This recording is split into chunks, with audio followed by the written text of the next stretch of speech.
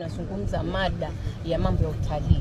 Siku hii ya leo ni siku ambayo imefunguliwa rasmi kwa kila mwanamkenya, kila mwanampwani, haswa watu wangu wa Kilifi County. Jamani, tutoke tuende kujiandikisha. Wale ambao jiandikishe, wale wamefika miaka 18 ulisho, tafadhali kura yako ndio usemi wako. Wacha kura yako ikapate kusimamia 2027.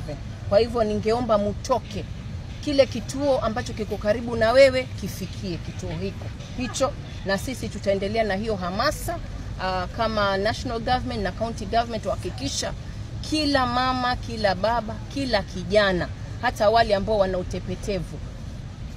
Hatusemi ya kwamba mtu ambaye ana disability kwamba kura yake pia imelema.